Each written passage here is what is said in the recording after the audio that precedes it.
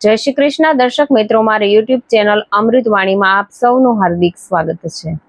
આજે આપણે આ વિડીયોમાં ગણેશ પુરાણની કથા સાંભળીશું। ગણેશ પુરાણને 5 ખંડોમાં વિભાજિત કરેલ છે, જેમાં પહેલો ખંડ ઉપાસના ખંડ ભાગ 3 ની અંદર ત્રિપુરાસુરના વધની કથાનું વર્ણન છે, જેમાં આજે આપણે સુરસેન રાજા અને ભૃશુંડી ઋષિની કથા, કૃતવીર્ય રાજાની પૂર્વકથા તેમજ અંગારકી ચતુર્થીનો મહિમા કથાનું શ્રવણ અને પઠન કરીશું।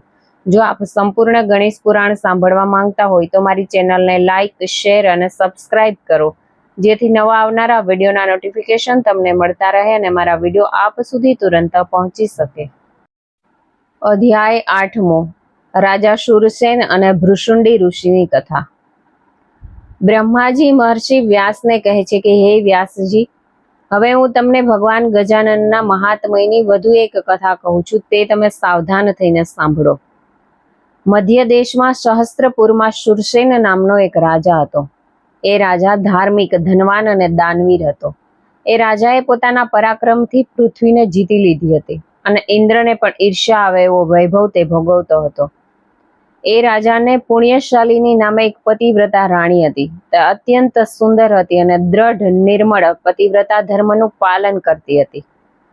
એક દિવસ એ મહાપરાક્રમી રાજા પોતાના અમાત્યો, સામંતો અને શ્રેષ્ઠીઓની મધ્યમાં સભામાં બેઠો હતો અને પરમ જ્ઞાની વિદ્વાનો સાથે અનેક વિષયો પર ચર્ચા કરતો હતો। ત્યાં ઓચિંતો સર્વના ચક્ષુઓને આંજી દેવો દિવ્ય પ્રકાશ દેખાયો અને પછી તરત જ દિવ્ય સંગીતના સ્વરો તેમને સંભળાયા। આ ચમત્કાર જોઈ સર્વે આશ્ચર્ય પામી ગયા। રાજાએ આ ઘટનાની તપાસ કરવા ચોમેર પોતાના દૂત દોડાવ્યા। એક દૂત બહાર નીકળીને આકાશમાં જોતો હતો, ત્યાં તેણે આકાશમાંથી ઉતરતું એક તેજસ્વી સુંદર વિમાન નજરે પડ્યું। બીજા કેટલાક દૂતોએ આ દિવ્ય વિમાનને જોતા જ એક કુષ્ઠરોગી દૂતના શરીર પરનો સઘળો કુષ્ઠરોગ નાશ પામ્યો। વિમાન જ્યારે નીચે ઉતર્યું ત્યારે રાજા સહિત સર્વે સભાજનો તેની નજીક ગયા અને કોનું વિમાન છે તે વિશે પૃચ્છા કરી। આ વિમાન ઇન્દ્રદેવનું છે એ જાણી પોતાના નગરજનો સહિત શૂરસેન રાજાએ ઇન્દ્રદેવની સ્તુતિ કરીને કહ્યું કે હે ઇન્દ્રદેવ, આપના દર્શનથી હું અને પૃથ્વીના સર્વેજનો ધન્ય બન્યા છીએ। હે દેવ, 100 અશ્વમેઘ યજ્ઞો કરવા છતાં પણ જેનું દર્શન દુર્લભ છે, એવા આપનું દર્શન મને કોઈ પૂર્વ જીવનના પુણ્યોના લીધે જ થયું હોય તેવું મને લાગે છે।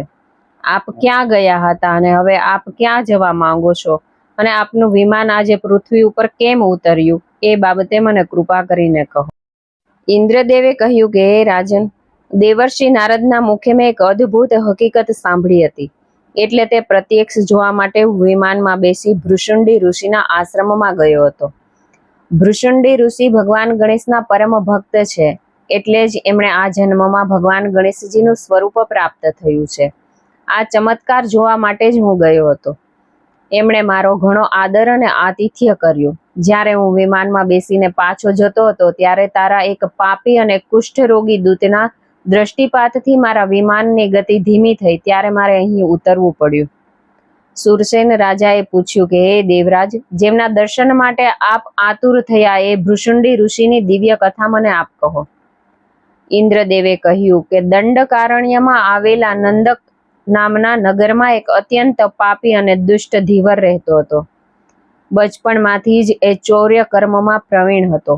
યુવાવસ્થામાં તે અત્યંત વિલાસી અને પરપીડક થયો। એના ત્રાસથી દુઃખી થઈ નગરજનોએ એને ગામની બહાર કાઢી મૂક્યો હતો। તે એક ગાઢ અરણ્યમાં રહેવા લાગ્યો અને અનેક પ્રવાસીઓને લૂંટવાનું કામ કરતો હતો। આમ લૂંટફાટ કરીને એણે પુષ્કળ દ્રવ્ય એકઠું કર્યું અને પરિવાર સાથે વૈભવપૂર્ણ જીવન જીવવા માંડ્યો। એક દિવસ પશુનો શિકાર કરવા તે દૂર દૂર નીકળી ગયો। પશુ સાથેના સંઘર્ષમાં તે બેભાન થઈ ગયો। જ્યારે એ જાગૃત થયો ત્યારે તે થાકેલો હતો।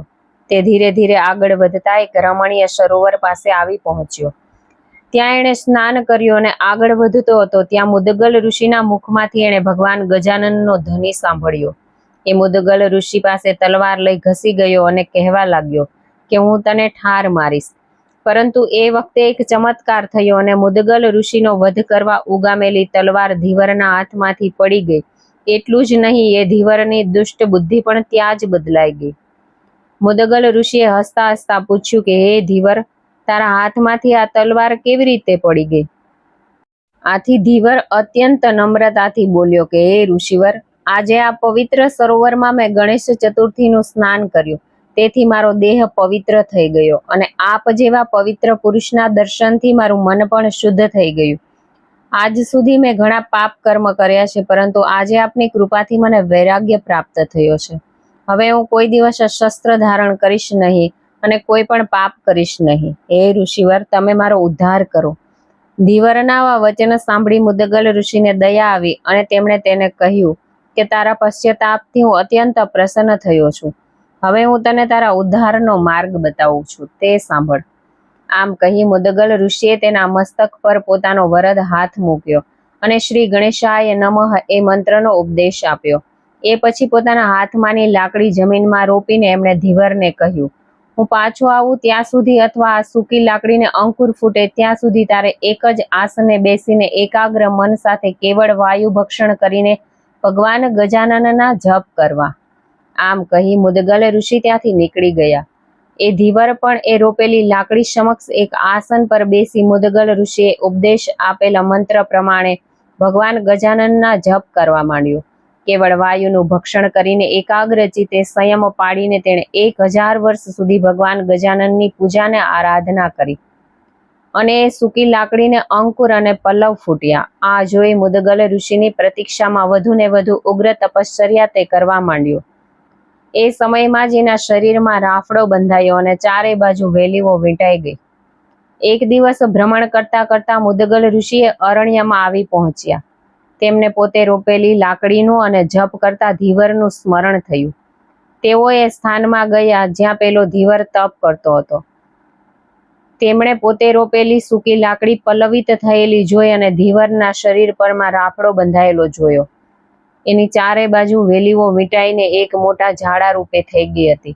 મુદગલ ઋષિએ વેલીઓ દૂર કરી રાફડાને સાફ કર્યો. પછી પોતાના કમંડળમાંથી અભિમંત્રિત કરીને જળ ધીવર ઉપર છાંટ્યું. એ મંત્રેલ જળના પ્રભાવથી ધીવરનું પૂર્વરૂપ નષ્ટ થયું અને એને ભગવાન ગજાનનનું સ્વરૂપ પ્રાપ્ત થયું. એણે આંખો ઉઘાડી તો મુદગલ ઋષિને જોયા. એક બાળક પોતાના પિતાને ભેટે એમ એ મુદગલ ઋષિને ભેટી પડ્યો. ધીવરનો આ પૂર્વજન્મ હતો, એટલે મુદગલ ઋષિ એના નામકરણ સંસ્કાર કર્યા. એના બે ભવા વચ્ચેથી સૂંઢ ઉત્પન્ન થઈ હતી, એટલે મુદગલ ઋષિએ ભૃશુંડી એવું નામ રાખ્યું અને એ પછી તેને એકાક્ષરી મંત્રનો ઉપદેશ આપ્યો અને ઋષિ તરીકે તેને પ્રતિષ્ઠિત કરી વરદાન આપ્યું. હે ઋષિ, તમે હવે ઇન્દ્રાદિ દેવોથી અને યક્ષ, ગંધર્વો, સિદ્ધ અને મનુષ્યોથી પૂજિત થશો. તમે એકાગ્ર મનથી હજારો વર્ષ સુધી ભગવાન ગણેશજીનું ધ્યાન ધર્યું, એટલે તમને પણ એમના જેવું જ સ્વરૂપ પ્રાપ્ત થયું છે. તમારું જે કોઈ દર્શન કરશે એની સર્વ ઈચ્છાઓ પૂર્ણ થશે.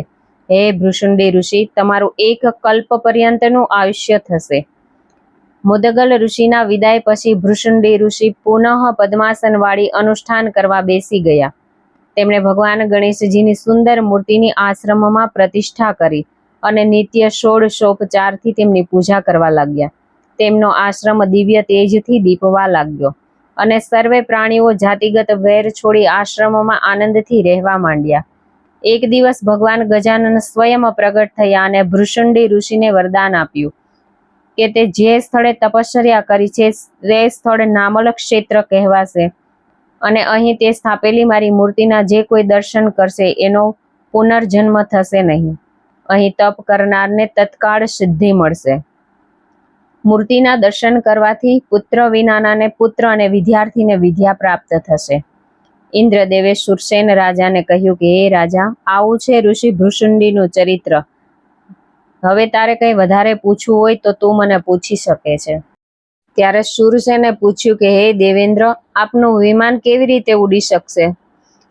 આપને આમાં હું કંઈ સહાય કરી શકું એમ હોવ તો આપ મને આજ્ઞા કરો. ત્યારે ઇન્દ્રએ કહ્યું કે હે રાજા, તારા રાજ્યમાં કોઈ બ્રાહ્મણ અથવા ક્ષત્રિય સંકટ ચતુર્થીનું વ્રત કરીને પોતાનું 1 વર્ષનું પુણ્ય આપે તો એ પુણ્યના પ્રતાપે આ વિમાન ફરીથી ઉડી શકે. રાજાએ પૂછ્યું કે હે દેવેશ, આ સંકટ ચતુર્થીનું વ્રત શું છે? એના દેવતા કોણ છે? એ વ્રત કેમ કરવાનું હોય છે? એ વ્રત પહેલા કોણે કર્યું હતું? એને શું ફળ પ્રાપ્ત થયું હતું? આ સઘળું આપ કૃપા કરીને મને સંભળાવો. ઇન્દ્રદેવ બોલ્યા કે પૂર્વે રાજા કૃતવીર્ય અને નારદ વચ્ચે જે સંવાદ થયો તે એ હું તમને કહું છું. આ પૃથ્વી પર મહાપરાક્રમી યાગ કરનાર સદાચારી કૃતવીર્ય નામે એક રાજા હતો. તે દરરોજ નિયમિત પોતાના આંગણે 1000 બ્રાહ્મણોને જમાડતો. એને સુગંધા નામે પતિવ્રતા નારી હતી. એ રાજાને અઢળક સંપત્તિ હતી, પરંતુ એને કોઈ સંતતિ નહોતી. રાજાએ પુત્ર પ્રાપ્તિ માટે હોમ, હવન, વ્રત, જપ, તપ, તીર્થ અને દાન સહિત અનેક ઉપાયો કર્યા, પરંતુ તેને સંતાન થયું નહીં. આથી નિરાશ થઈને રાજાએ પોતાનું સઘળું રાજ્ય પ્રધાનને સોંપી દીધું અને પોતે પત્ની સાથે ગાઢ અરણ્યમાં તપ કરવા લાગ્યો. તેણે વલ્કલ ધારણ કર્યા અને તપશ્ચર્યાનો પ્રારંભ કર્યો. વૃક્ષ પરથી નીચે પડેલા પાંદડાનું ભક્ષણ કરીને રાજા રાણીએ પોતાનો દેહ ટકાવી રાખ્યો હતો. આવી ઉગ્ર તપશ્ચર્યા કરતા કરતા રાજા રાણીના દેહ ઘણા નબળા થઈ ગયા. એમની આવી હાલત જોઈ દેવર્ષિ નારદ પિતૃલોકમાં ગયા અને કૃતવીર્ય રાજાને ના પિતાને મળ્યા અને કહ્યું કે તમારો પુત્ર સંતાન રહિત છે અને ભારે વિપત્તિમાં પડ્યો છે. પુત્ર પ્રાપ્તિની ચિંતામાં તેનો દેહ ક્ષીણ થઈ ગયો છે. એને જો પુત્ર પ્રાપ્તિ થશે તો જ એના પ્રાણ બચશે. આમ કહી નારદ જ્યારે સ્વર્ગમાં પાછા આવતા હતા ત્યારે તેણે કુંભીપાક નરકમાં ભૃષુંડી ઋષિના માતા પિતા અને પરિવારને અપાર યાતના ભોગવતા જોયા. યમદૂતો બૂમો પાડીને એમના પર તીવ્ર પ્રહાર કરતા હતા. આ જોઈ નારદ ત્યાંથી તરત જ ભૃષુંડી ઋષિ પાસે ગયા અને સઘળા સમાચાર એમને કહ્યા. આ સાંભળી ભૃષુંડીને ઘણું દુઃખ થયું. એમણે આંખો બંધ કરી અને આંતરદ્રષ્ટિથી જોયું. પછી એમના ઉદ્ધારની યોજના એમણે તૈયાર કરી. એમણે ભગવાન ગજાનનના સંકટ ચતુર્થી વ્રતના 1 વર્ષનું પુણ્યફળ એમને સમર્પિત કર્યું અને બોલ્યા કે હે દેવ, હે ગણેશજી, મેં અત્યંત પ્રેમથી આપનું વ્રત કર્યું છે. એના ફળ રૂપે મારા સમસ્ત કુળનો ઉદ્ધાર થાવો. જેવું એમણે આ પુણ્ય અર્પણ કર્યું એવો જ કુંભીપાક નરકમાંથી એમના કુળનો ઉદ્ધાર થયો અને બધા વિમાનમાં બેસી સ્વર્ગલોકમાં ગયા. ઇન્દ્રદેવ બોલ્યા કે હે રાજા, જો 1 દિવસના સંકટ ચતુર્થી વ્રતનો આવો મોટો પ્રભાવ હોય તો જેણે આ જન્મ વ્રત કર્યું હોય એના પુણ્યના પ્રતાપથી તો આ વિમાન સહજ રીતે ઉડી જ શકે.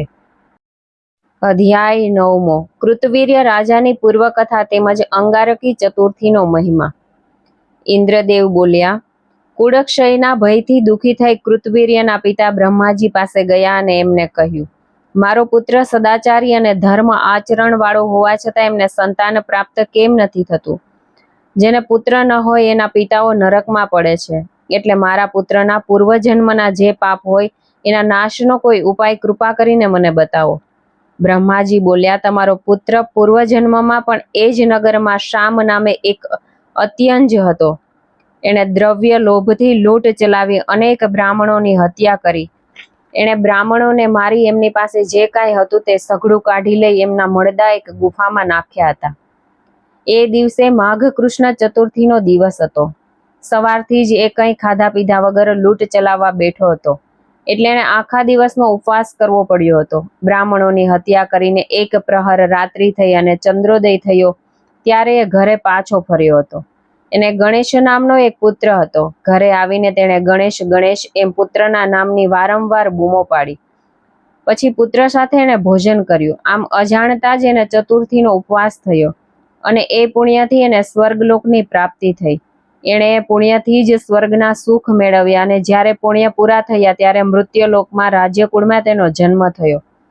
તે સામ અત્યંત તેજ તારો પુત્ર કૃતવીર્ય.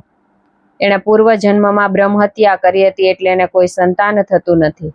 પરંતુ તમારો પુત્ર જો સંકટ ચતુર્થીનું વ્રત કરે તો તેના પૂર્વ જન્મના બધા પાપ નષ્ટ થઈ જાય.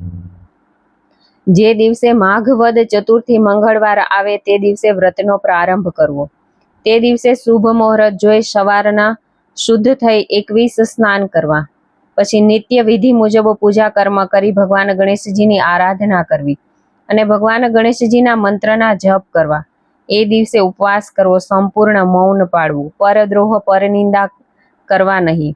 તે દિવસે તાંબુલ ભક્ષણ શુદ્ધા કરવું નહીં. સાંયકાળે તલનો અથવા આવડનો કલ્ક તૈયાર કરીને શરીરે ચોળી અને સ્નાન કરવું. તે પછી ભગવાન ગણેશજીના એકાક્ષર, ષડક્ષર અથવા વૈદિક મંત્રોના જપ જપવા. 2 માળા જેટલા જપ કર્યા પછી ભગવાન ગજાનનનું 16 વિધિથી પૂજન કરવું. પછી મોદક, પેંડા, તલના લાડુ વગેરે મીઠાઈઓનું નૈવેદ્ય ધરવું. અને તાંબુલ અને ઉત્તમ ફળ દક્ષિણા સહિત ભગવાન ગજાનનને સમર્પણ કરવા. ભગવાન ગજાનનને 21 દુર્વા અર્પણ કરી એમની આરતી ઉતારવી. પછી ચંદ્રોદય સમયે ચંદ્રની અતિથિ રૂપે પૂજા કરવી અને તેને અર્ધ્ય અર્પણ કરવા. પ્રથમ ગણેશજીને નૈવેદ્ય અર્પણ કર્યા પછી ચંદ્રને નૈવેદ્ય અર્પણ કરવું. શક્તિ પ્રમાણે 21, 12, 10 કે અનુકૂળતા પ્રમાણે બ્રાહ્મણો જમાડવા. પછી ભગવાન ગણેશજીની કથા સાંભળીને પોતે ભોજન કરવું. બાકીની રાત્રિએ ઉમંગથી ઉત્સવ કરવો. આ પ્રમાણે જે કોઈ અનન્ય ભક્તિથી 1 વર્ષ સુધી સંકટ ચતુર્થી વ્રત કરશે તેને પુત્ર પ્રાપ્તિ થશે, એમાં કોઈ શંકા નથી. આ ઉપરાંત તેની સર્વ ઈચ્છાઓ પૂર્ણ થશે. શ્રાવણ માસમાં લાડુ, ભાદ્રપદમાં દહીં, આસોમાં ઉપવાસ, કાર્તિક માસમાં દૂધ, માગશરમાં ઉપવાસ, પોષમાં ગૌમૂત્રનું પાન, માઘ માસમાં તલ, ફાગણમાં ઘી સાકર, ચૈત્ર માસમાં પંચગવ્ય, વૈશાખ માસમાં દુર્વાનો રસ, જેઠ માસમાં ઘી અને અષાઢ માસમાં મધ. આ પ્રમાણે પ્રત્યેક માસમાં એક એક પદાર્થને લેવાથી વ્રત કરનારને સર્વ સિદ્ધિઓ અવશ્ય પ્રાપ્ત થાય છે. તે પછી બ્રહ્મદેવે મંગળવારે આવનારી ચતુર્થીનું ફળ કહેવાની શરૂઆત કરી. બ્રહ્મદેવે કહ્યું, હવે હું તમને અંગારકી ચતુર્થીનો મહિમા કહું છું, તે તમે સાવધાન થઈને સાંભળો. પૂર્વે અવંતી નગરીમાં ભારદ્વાજ નામનો વેદશાસ્ત્ર વેતા ઋષિ રહેતા હતા. તેઓ અગ્નિહોત્રી હતા અને અનેક શિષ્યોને વિધિવત શાસ્ત્રોનું જ્ઞાન આપતા હતા. એક દિવસ તેઓ ક્ષિપ્રા નદીમાં સ્નાન કરવા ગયા. ત્યાં તેમને જળ ક્રિયા કરતી વખતે તેમનો શક્તિપાત થયો અને એ શક્તિપાત પૃથ્વીએ પોતાના ઉદરમાં ધારણ કર્યું અને તેનાથી એક તાંબાના જેવો લાલ રંગવાળો પુત્ર ઉત્પન્ન થયો. પૃથ્વીએ માતૃભાવથી 7 વર્ષ સુધી એ પુત્રનું લાલન પાલન કર્યું. 7 વર્ષનો થયો ત્યારે એ પુત્રે પોતાની માતાને પૂછ્યું, હે માં, મારું શરીર આમ તો મનુષ્ય જેવું છે, છતાં મારો રંગ આ તાંબાના જેવો લાલ કેમ છે? આ પ્રશ્ન સાંભળી પૃથ્વીએ તેનો જન્મ વૃત્તાંત કહ્યો. એ સાંભળી પુત્ર બોલ્યો, તો પછી માં, મને મારા પિતાજી પાસે લઈ જા. પૃથ્વી એને ભારદ્વાજ પાસે લઈ ગઈ. ભારદ્વાજે પુત્રનો સ્વીકાર કર્યો અને પ્રેમથી એને આલિંગન કર્યું. આ પછી શુભ મુહૂર્તમાં ઉપનયન સંસ્કાર આપી વેદશાસ્ત્રોનો અભ્યાસ કરાવ્યો. સાથે સાથે ભગવાન ગજાનનના મંત્રની દીક્ષા આપી અને વિધિ બતાવી અને અનુષ્ઠાન કરવાનું કહ્યું. પિતાના ઉપદેશ પ્રમાણે પુત્ર નર્મદા કિનારે ગયો અને ભગવાન ગજાનનના જાપ જપતો તપશ્ચર્યા કરવા માંડ્યો. આમ 1000 વર્ષ સુધી તપશ્ચર્યા કર્યા બાદ માઘ સુદ ચતુર્થીના દિવસે એના પર ભગવાન ગજાનન પ્રસન્ન થયા અને યથેષ્ટ વરદાન માગવા કહ્યું. એ ભૂમિપુત્ર બોલ્યો કે સ્વર્ગમાં રહી મારે અમૃત પ્રાશન કરવાની ઈચ્છા છે, તેમજ મારું નામ ત્રિભુવનમાં પ્રસિદ્ધ થાય તેવું વરદાન આપો. એ જ પ્રમાણે જે ચતુર્થીએ તમે પ્રસન્ન થયા છો એ ચતુર્થી કલ્યાણકારી થાઓ. ભગવાન ગજાનન બોલ્યા, હે પુત્ર, તું દેવો સાથે જરૂરથી અમૃતપાન કરીશ અને તારું નામ મંગળ એવું સુંદર નામ પ્રસિદ્ધ થશે. તારો અંગવર્ણ અંગારા જેવો લાલ છે એટલે તારું નામ અંગારક રહેશે. તું ભૂમિના ઉદરથી જન્મ્યો છે એટલે તારું નામ ભૌમ અથવા ભૂમિપુત્ર તરીકે પણ જાણીતો થઈશ. આમ વરદાન આપી ભગવાન ગજાનન અદ્રશ્ય થઈ ગયા. મંગળે એ સ્થળે એક ઉત્તમ દેવાલય બંધાવ્યું અને ત્યાં સૂંઢ અને 10 ભુજાવાળી ગણેશજીની મૂર્તિની સ્થાપના કરી. એ મૂર્તિનું નામ એને મંગળ મૂર્તિ રાખ્યું. એ પછી ભગવાન ગણેશના દૂતો વિમાનમાં આ ભૂમિપુત્રને ભગવાન ગણેશજીના ચરણોમાં લઈ ગયા. ભૌમ એટલે ભૂમિપુત્ર. ચતુર્થીના દિવસે એને ગણેશજી પ્રસન્ન થયા એટલે ભૌમવારે આવનારી ચતુર્થીનું મહાત્મય મોટું ગણાવા લાગ્યું. ભૌમનું બીજું નામ અંગારક છે એટલે મંગળવારે આવનારી ચતુર્થીને અંગારકી ચતુર્થી પણ કહે છે. મંગળે સ્થાપેલી મંગળ મૂર્તિનું સ્થાન પાનેતર નગરની પશ્ચિમમાં છે અને એ પ્રદેશ ચિંતામણી ક્ષેત્ર તરીકે પ્રખ્યાત છે. જય શ્રી ગણેશ.